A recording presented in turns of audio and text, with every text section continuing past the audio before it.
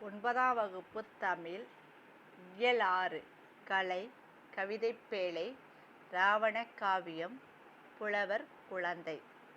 இராவண காவியத்தை இயற்றியவர் புலவர் குழந்தை.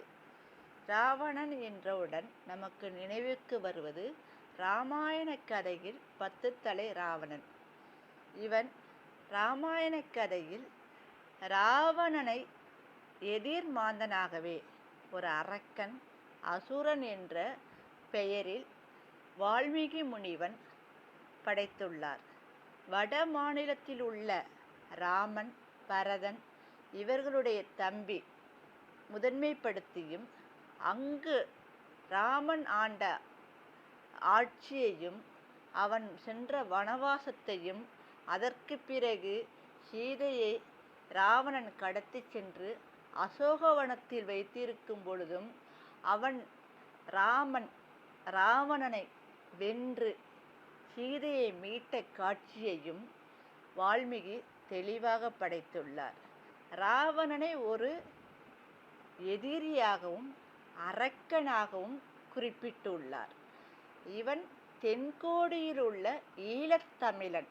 இராவணன் யார் என்றால் தென்கோடியில் உள்ள ஈழத்தமிழன், தமிழன் என்ற உணர்வை கொண்டவன், பற்று கொண்டவன், பண்பாடை கொண்டவன், ஒரு அரசன், அந்நாட்டை காப்பவன், எதிரிகளை வென்று தன்னுடைய நாட்டிற்கு தேவையான அனைத்தையும் கொடுத்து கோவில்களையும் சிற்ப கலைகளையும் உருவாக்கியவன் இராவணன். இராவணனுடைய பெருமைகளை நாம் முதன்மைப்படுத்தாமல் அவனை இழிவுபடுத்துவதாகவே, தமிழனை இழிவுபடுத்துவதாகவே இருக்கின்றது. அதனால் இராவணன் இலங்கையில் எவ்வாறு பேரும் புகழோடு இருந்தான், அவனுடைய சிறப்பு என்ன என்று வாதாடும் பொழுது புலவர் குழந்தை நான் இராமாயணத்தை படித்து அறிந்த பிறகு இராவணனை பற்றி ஒரு காப்பியம் எழுதுகிறேன் என்றார். அந்த காப்பியம்தான் இராவண காவியம். சரியா?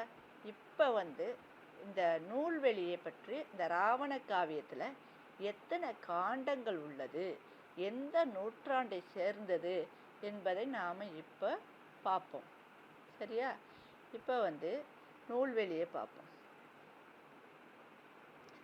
20ஆம் நூற்றாண்டில் தோன்றிய தனித்தமிழ் பெருங்காப்பியம் இராவண காவியம். தனிமையான ஒரு தமிழ் காப்பியம், பெரிய காப்பியம் என்றால் இராவண காவியம்தான். இந்த நூல் 5 காண்டத்தை உடையது.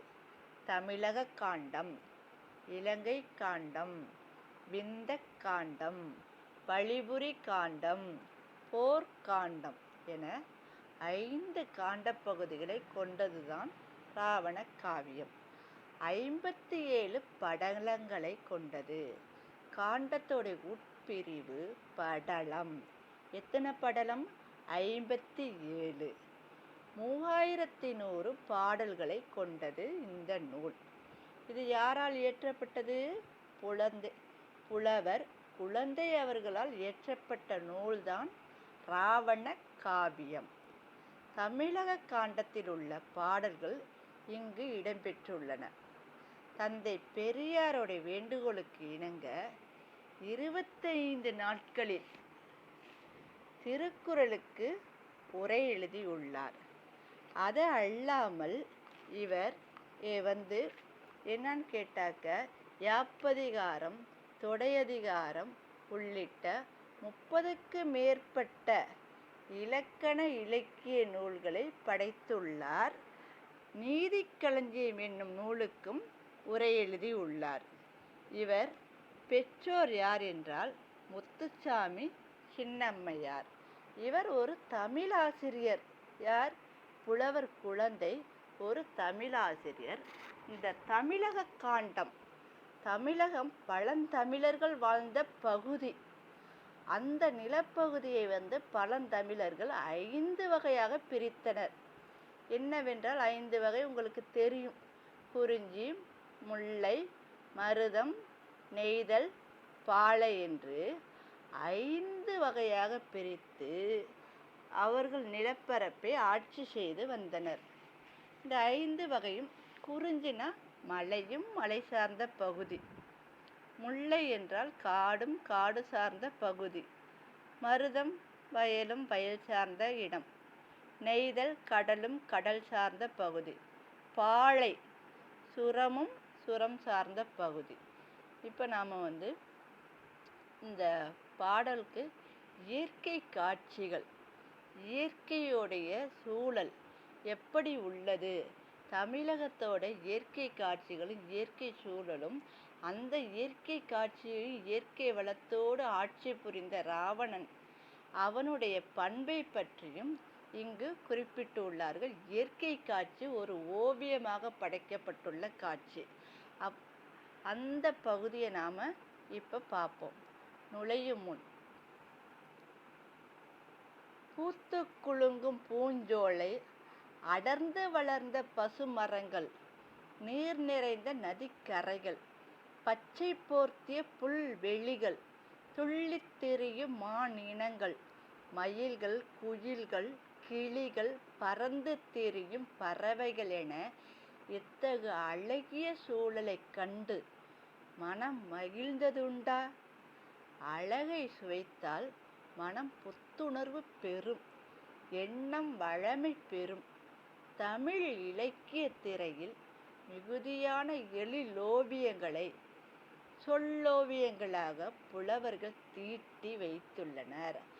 அவற்றில் சில காட்சிகளை கண்டு சுவைப்போம் வாருங்கள். எல்லாம் ரெடியாக இருக்குங்களா? புக் எடுத்துக்கிட்டு? ஓகே, சரி வாங்க நாம் இப்போ செய்யுள் பகுதிக்கு போவோம். இப்போ குறிஞ்சினா என்ன பகுதி? மலையும் மலை சார்ந்த பகுதி. இப்போ ஒவ்வொரு திணைக்கும் 2 பாடல் நமக்கு இந்த செய்யுள் பகுதியில் கொடுத்துடலாங்க. அதை நம்ம இப்போ பார்ப்போம். சரியா? இப்போ முதல் பாட்டு அருவிய முருகியம் ஆர்ப்ப பைங்கிளி, பருகிய தமிழிசை பாட பொன்மயில், அருகில் சிறை விரித்தாட பூஞ்சினை மருவிய குரங்கினம் மருண்டு நோக்குமால். இங்கே என்ன? அருவிகள். முருகியம்னா குறிஞ்சி பாறை, மேலேந்து நீர் கொட்டுது பாறை மேல, சத்தம் இசை போல் கேட்கின்றது. பருகிய தமிழிசை, அந்த பசும் கிளி கற்ற தன்னுடைய பேச்சு தமிழிசை பாட, அந்த கிளி என்ன செய்யுது? அழகா ஒரு பேச்சு பேசுது. அதை கேட்டு பொன்மயில் தன்னுடைய தோகையை விரித்து ஆட,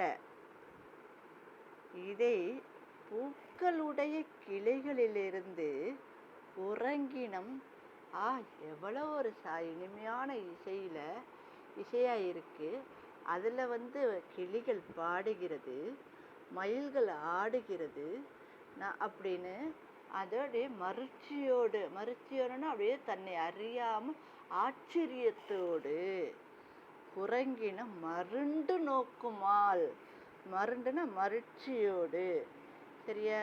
இந்த பாடல் உங்களுக்கு என்னன்னு புரியுது? இந்த பாடலோட பொருளை நான் முழுமையாக உங்களுக்கு சொல்லிடுறேன்.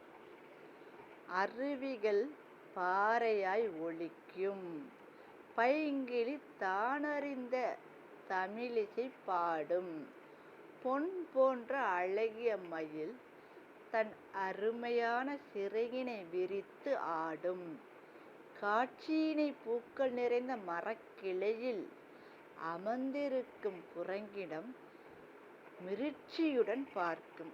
புரியுதா? இப்போ என்ன பொருள்னு? மைவனம் அதெல்லாம் இல்லை அடுத்த பாட்டுக்கு. சரியா? இப்போ 2வது பாட்டு என்னன்னு கேட்டால், மலையின் மனம் வீசும். குறிஞ்சி எந்த பகுதி? மலையும் மலை சார்ந்த பகுதி. அங்கே என்ன? அப்படியே மனம் வாசனை வீசுகிறது. அந்த வாசனை என்ன வாசனை என்னும் நம்ம இப்போ பார்ப்போம். சரியா? அடுப்பிடு சாந்தமோடு அகிலின் நாற்றமும், துடுப்பிடு மைவன சோட்டின் நாற்றமும், மடுப்படு காந்தலின் மனமும் தோய்ற்றலால் கடைப்படு பொருளெல்லாம் கமலும் குன்றமே. இப்போ என்ன, அடுப்பில் உலைய வச்சு நாம் எரிக்கிறதுக்கு விறகு தேவை. அந்த விறகு எந்த விறகுன்னு கேட்டால் சந்தனக்கட்டையும் அகிலும். இந்த ரெண்டுமே சாதாரணமே எவ்வளோ ஒரு வாசனையாக இருக்கும். அது தீட்டு எரியும் பொழுது அவ்வளோ ஒரு வாசனையாக.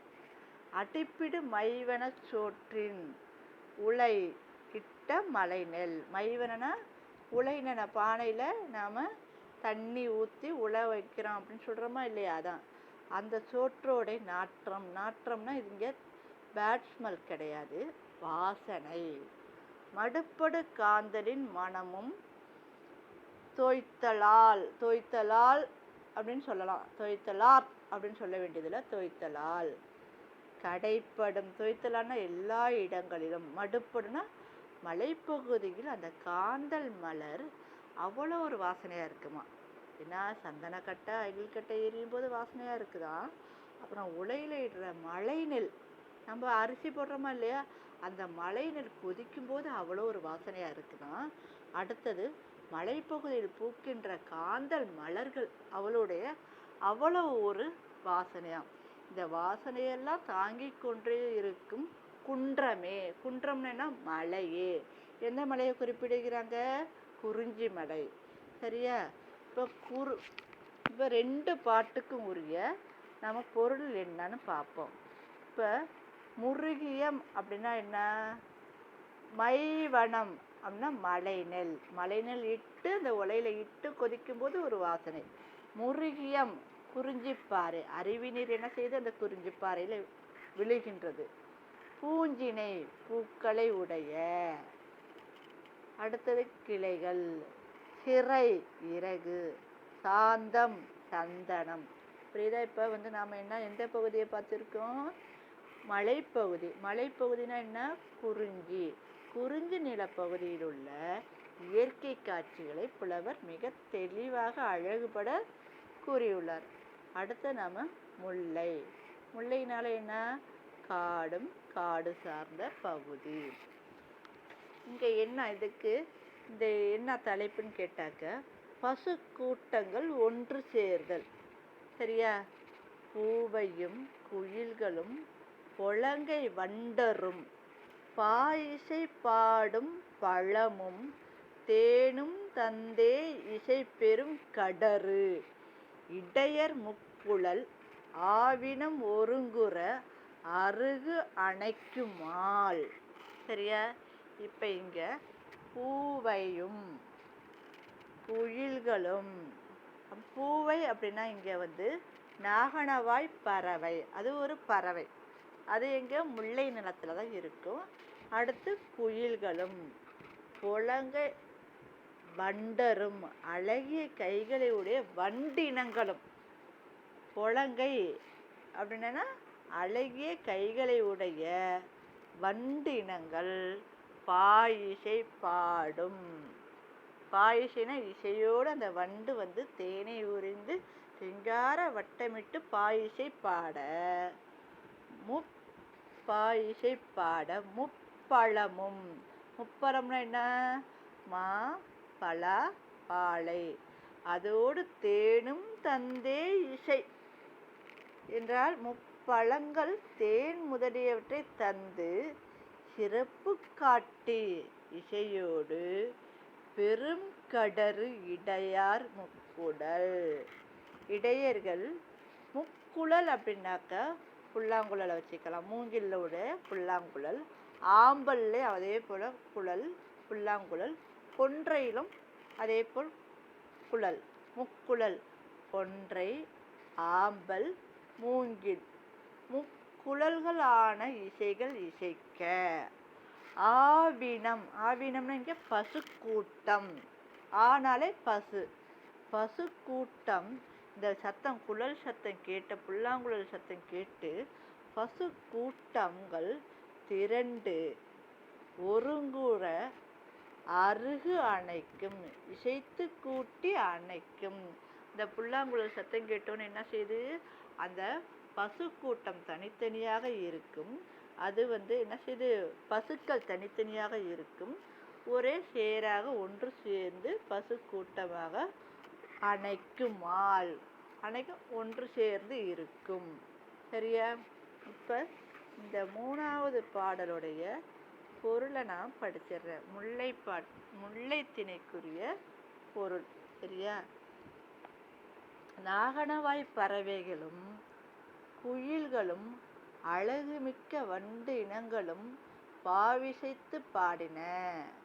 புகழ்பெற்ற முல்லை நில மக்களான ஆயர் முக்கணி தேனும் சேகரித்து கொண்டு முக்குழல் இசையால் மேயும் பசுக்கூட்டங்களை ஒன்று சேர்த்தனர்.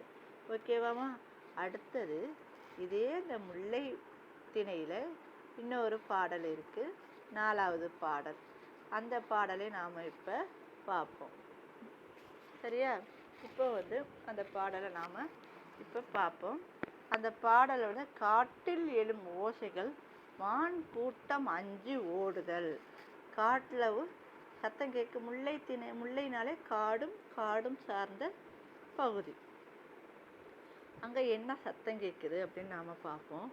மூதிரையும் சாமையும் வரகும் மொய்மணி குதிரை வாளியும் களம் குவித்து குன்று என பொதுவர்கள் பொலிவுற போர் அடித்திடும் அதிர்குரல் கேட்டு உளைய அஞ்சு ஓடுமே. புரியுதாமா? இப்போ என்னன்னு கேட்டாக்க, காட்டு முதிரை சாமை வரகு இதெல்லாம் ஒரு திணை. சரியா? மெய்மணி குதிரை வாளியாகிய தானியம் இதெல்லாம் மெய்மணிகள். என்னது? முதிரை சாமை வரகு இதெல்லாம் மணிகள், திணைகள். அதே நேரத்தில் குதிரைவாளியும் ஒரு வகை திணை. இதெல்லாம் களம்போல் நம்ம பகுதியில் என்ன நெல் விளைவிக்கிறோம்ல, அது என்ன செய்கிறோம், அறுத்து பக்குவப்படுத்தி நெல்லை அடித்து அப்படியே களம்போல் குவித்து வைத்திருக்கோம். அந்த குவித்து வைப்பது ஒரு குன்று போல் மலை போல் காட்சியளிக்கின்றன. சரியா? பொலிவுற போதுவர்கள்னா வேடர்கள், பொலிவுற போர் அடித்திடும். போரான வைக்கோல் போர் அடித்திடும். அதிர்குரல் கேட்டு அந்த சத்தத்தை கேட்டு உளைனா மான் அஞ்சு ஓடுமே. அந்த சத்தத்தை கேட்டு மான் என்ன செய்யும்? ஓட்டம் எடுக்கும். சரியா? இப்போ 4வது பாட்டுக்குரிய நான் பொருளை படிச்சிடறேன். முதுரை சாமை கேழ்வரகு. வரகுனா என்னங்க? கேழ்வரகு மணி போன்ற குதிரை வாளி நெல் ஆகியவற்றை முதுரை சாமை கேழ்வரகு மணி போன்ற குதிரை வாளி நெல் ஆகியவற்றை குவித்து என்ன செய்கிறாங்க? முல்லை நில மக்கள் அறுத்து கதிரடித்து களத்தில் குன்று போல குவித்து வைத்திருப்பர். கதிரடிக்கும் அதிர்வு தரும் ஓசையை கேட்டு உளை என்றால் மான் அஞ்சு ஓடுமே. சரியா? இப்போ 3வது பாடலுக்கும் 4வது பாடலுக்கும் இங்கே பொருளை கொடுத்துருக்காங்க. என்ன? பூவை அப்படின்னா நாகனவாய் பறவை, பொலம் அழகு, கடறு காடு, முக்குழல் கொன்றை, என்னது ஆம்பல் மூங்கில் ஆகியவற்றால் ஆன குழல்கள், பொலி தானிய குவியல்கள், உளை ஒரு வகை மான். ஓகேவா? இப்போ முல்லை திணையோடைய பாடலை நாம் பார்த்துட்டோம். அடுத்தது பாலை நிலப்பகுதியை நாம் பார்க்க போகிறோம். பாலையுடைய நிலப்பகுதி, அந்த பாலைக்குரிய பாடல் என்ன என்று இப்போ நாம் பார்ப்போம். சரியா? பாலையுடைய பாடல் 5ம் 6ம். இப்போ நாம் அந்த 5ம் 6ம் பாட்டை இப்போ நாம் பார்ப்போம். என்னன்னு கேட்டாக்க, மன்னிய முதுவெயில் வளைப்ப வாய் வெறியி இந்நீளம் குருளை மிக்கு இணைந்து வெம்பிட தன்னிழல் தங்கவே தாய்மை மீதுற தன்னரில் வலிய செந்நாய் உயங்குமே. வலிய செந்நாய் உயங்குமே. சரியா? இப்போ மன்னிய முதுவெயில் வளப்ப என்றால் முதிர்ந்து வருந்தும் உச்ச வெயிலில் தன்மையால் அப்படியே பயங்கரமாக வெயில் அடிக்குது. வாய் வெறுகி வாய் மிகவும் உலர்ந்து குளற வெயில் அடித்தாலே நமக்கு அதிகமாக வறண்டு போயிடும் தொண்டையெல்லாம். உடனே என்ன செய்யும்? அப்படியே பேச்சு வராது. இந்நிலம் குருளை மிக்க தாங்காத செந்நாய்க்குட்டி, குருளைனா குட்டி, செந்நாய்க்குட்டி அதோடு இணைந்து வெம்பிட அப்படின்னா வெம்பினா அதோடு சேர்ந்து அந்த வெயிலில் காய்கிறது. துன்புற்று வருந்த தன்னிழல் அந்த செந்நாயோடைய நிழலில் இந்த குட்டி இளைப்பாற்ற தங்க வைக்குது. அதுவே வெயிலில் அந்த நாயே வெயிலில் செந்நாய் என்ன செய்யுது? வெயிலில் தாங்க முடியாமல் அப்படியே தொண்டை வறண்டு நாக்கு குளறி போய் கிடக்குது. இருந்தாலும் தன்னுடைய குட்டியை தன்னுடைய நிழலில் தங்க வைக்கிறது. சரியா? இது தாய்மை மீதுற தன்னரில் வலிய செந்நாய் உயங்குமே. நாளமில்லா தாய் வெயிலில் நின்று அப்படியே வருத்தத்துடன் இருக்கின்றது. புரியுதாம்மா? என்ன ஒன்றும் இல்லை, செந்நாய் அந்த வெயிலில் அப்படியே பயங்கரமான வெயில் அடிக்குது. அந்த வெயிலில் அதுவே அந்த வெயில் தாங்க முடியாமல் தொண்டை வறண்டு அப்படியே நாக்கு குளறுது. இருந்தாலும் தன்னுடைய குட்டியை வெயிலில் விடாமல் தன்னுடைய நிழலில் பாதுகாக்கின்றது. இது ஒரு தாய்மை பண்பு. சரியா?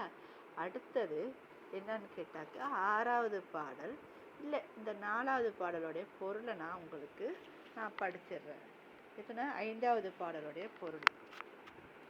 கொடிய பாலை நிலத்தில்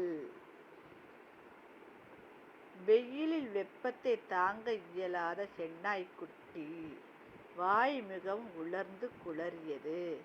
இதனை கண்டு அதன் தாய் வருந்தியது. குட்டி இளைப்பாற எங்கும் நிழலில்லை. எனவே கடும் வெயிலில் தான் துன்புற்று நின்று தனது நிழலில் குட்டியை இளைப்பாற செய்தது. அதுக்கு நான் குட்டிக்கு என்ன செய்யுது? தொண்டை வறண்டு போயிட்டு இருந்தாலும் நாம தாய்க்கெல்லாம் நம்மளுடைய பிள்ளை தாங்காது.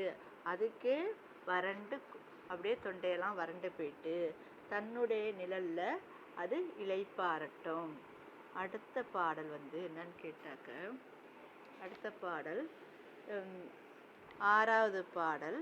இந்த பாடலுடைய பொருள் என்னன்னு கேட்டால், பாலை நிலத்து சிறுவர் செய்யலும் பருந்து அஞ்சு ஓடுதலும். பாலை நிலத்தோடைய சிறுவர்கள் என்ன செய்கிறார்கள் என்றும் அதை பார்த்த பருந்து அஞ்சு ஓடுதல். சரியா? கடிகமல் மராமலர் கண்ணி சிறார் படிக்குற எருதுகோடு அன்ன பாளைக்காய் வெடிக்க விட்டு ஆடிட விரும்பி கோலினால் அடிக்கும் ஓசையின் பருந்து அஞ்சு ஓடுமே. புரியுதா? இப்போ கடிக்காமல் மராமலர் கண்ணி, கடின மணமிக்க வீசக்கூடிய மராமலர்களை மாலையாக அணிந்த அந்த சிறுவர்கள், படிக்குற நிலத்தில் வீழ்ந்திருந்த எருதுகோடு அன்ன எருதின் கொம்பு போன்ற பாளைக்காயை வெடிக்க விட்டு ஆட விரும்பி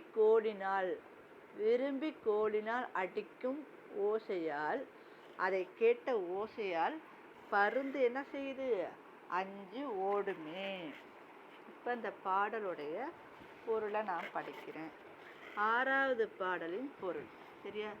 சிறுவர்கள் நன்கு மனம் வீசும் மராமலர்களை மாலையாக அணிந்திருந்தனர்.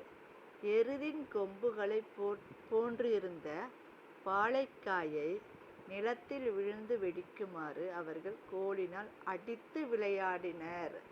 அவ்வோசையை கேட்ட பருந்துகள் அச்சத்துடன் பறந்து ஓடின.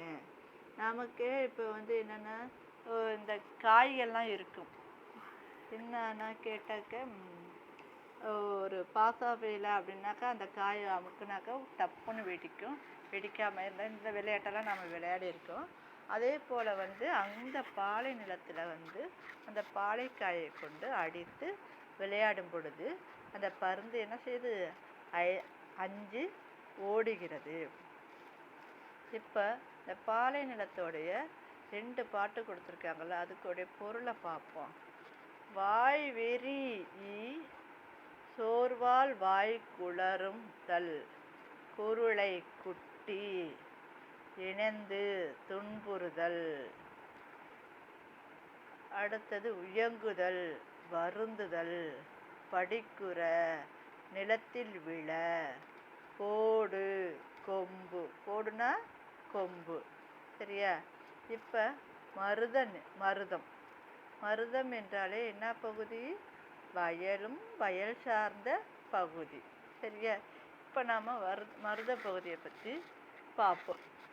இங்கே இந்த பகுதி நீர் வயல் இருந்தாலே என்ன? நீர்வளமிக்க பகுதி. நீர்வளமும் நிலவளமும். சரியா? இப்போ கல்லிடை பிறந்த ஆறும் கரைபெரு குளனும் தோயும் முல்லையம் புறவில் தோன்றும் முருகுகான் ஆறு பாயும் நெல்லினை கரும்பு காக்கும் நீரினை கால்வாய் தேக்கும் மல்லல் செருவில் காஞ்சியும் வஞ்சியும் மருதம் பூக்கும். மல்லல் செருவில் காஞ்சி வஞ்சியும் மருதம் பூக்கும். இப்போ இந்த பகுதி என்னன்னு நான் உங்கள்கிட்ட சொல்லியிருக்கேன். நீர்வளமும் நிலவளமும். கல்லிடை பிறந்த ஆறும். கல்லுனா மலையிடையிலே தோன்றும் ஆறும் கரைபொரு குளனும். கரைகளுடைய குளத்தில் மோதி ததும்பும் நீரும். குளனும் தோயும். முல்லை புறவில் தோன்றும்.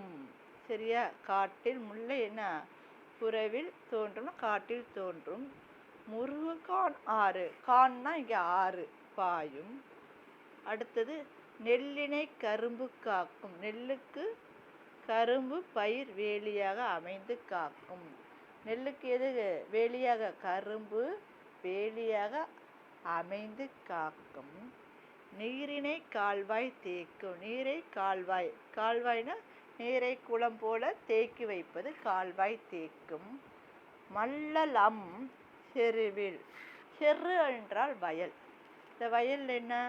காஞ்சி மருதம் வஞ்சி போன்ற மலர்கள் மலரும். சரியாம்மா? இப்போ இந்த பாட்டோடைய பொருள். 7வது பாடலுடைய பொருள். மருத நிலத்தோடைய பாட்டோடைய பொருளை இப்போ நாம் பார்ப்போம். சரியா?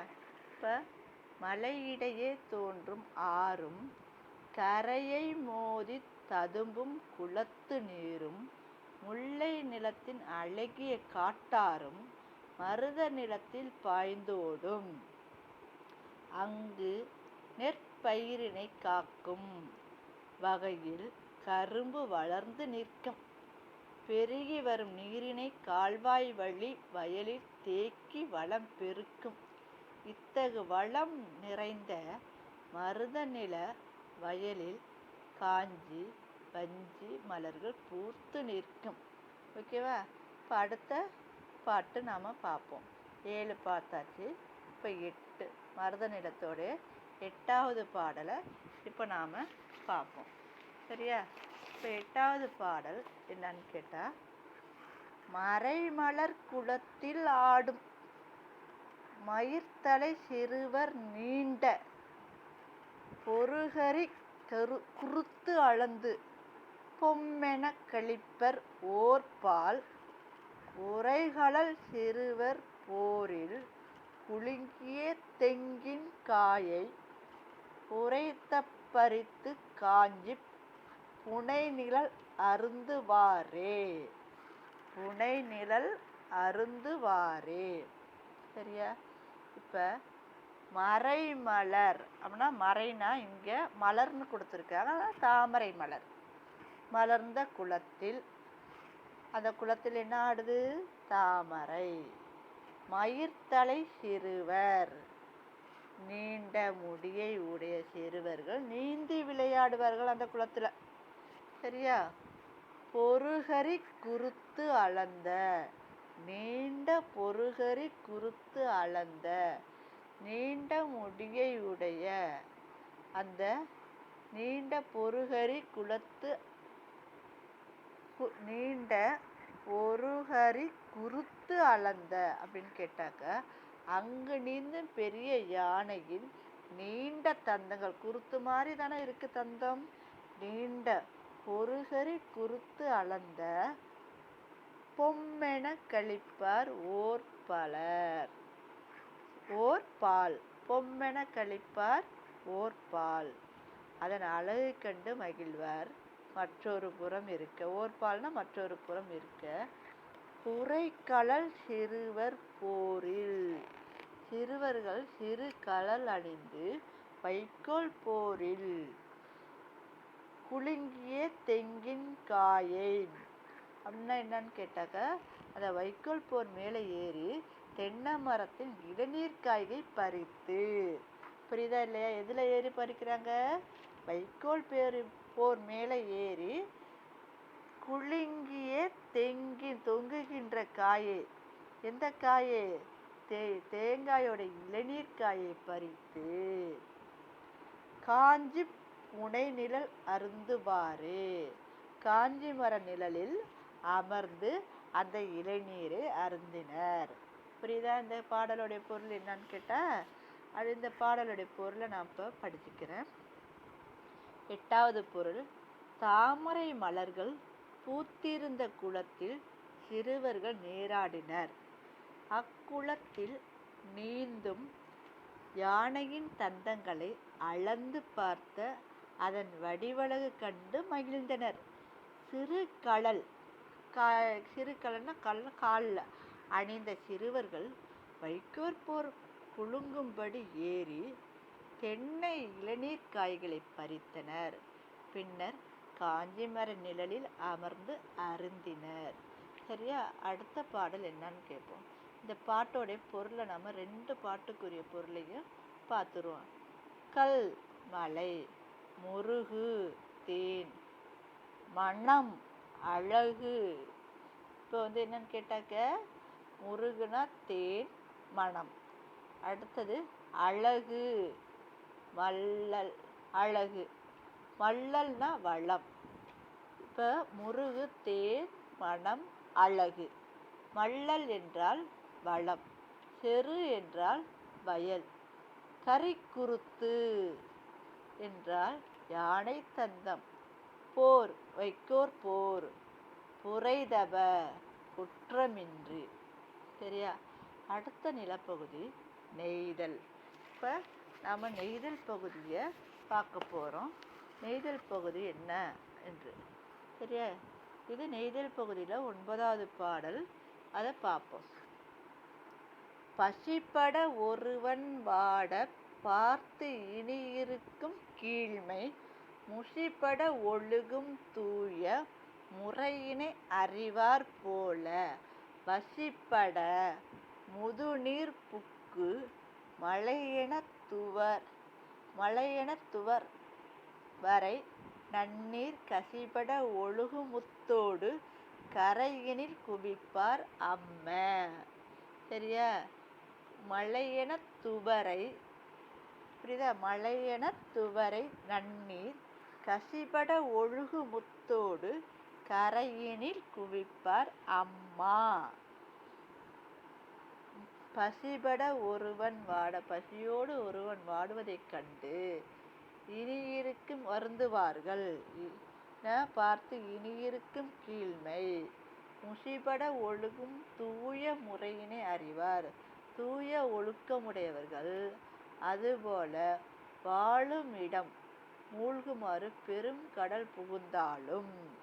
புரியுதால? வசிபட முதுநீர், முதுநீர்னா கடல் நீர், புகுந்தாலும் மலையென துவரை, மலையளவு பவளமும் நன்னீர் நல் இயல்பு கசிபட ஒளிமுத்தோடு தோன்றும் ஒளி பொருந்திய முத்துக்களை கரையினில் குவிப்பர். சரியா? எந்த நிலப்பகுதியில் நிலத்தவர்? நெய்த நிலத்தவர் கரையில் குவிப்பார். அம்மா அசை பாடல் ஒரு இசை.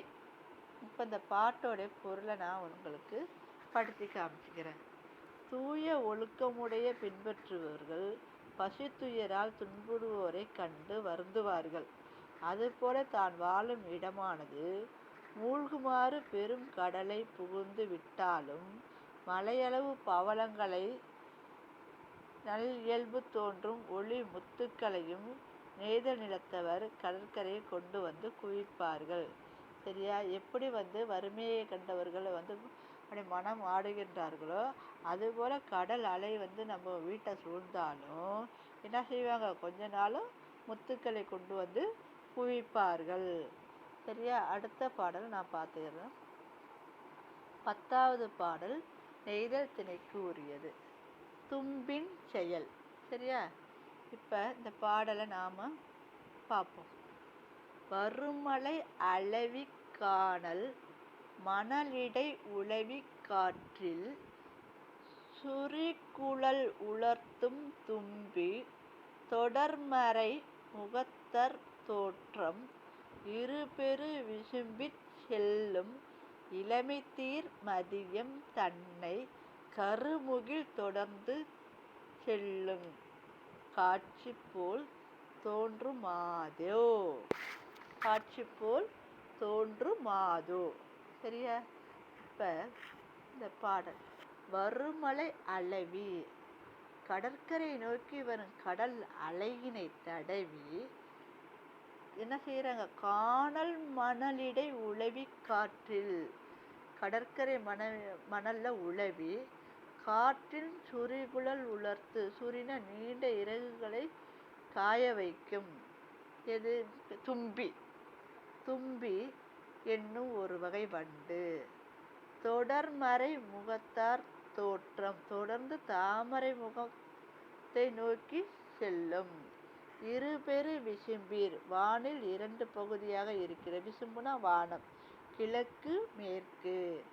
இளமை தீர் மதியம், முழு நிலவு தன்னை, மதியம்னாக்க நிலவு தோன்றும் பகுதி நேரம்.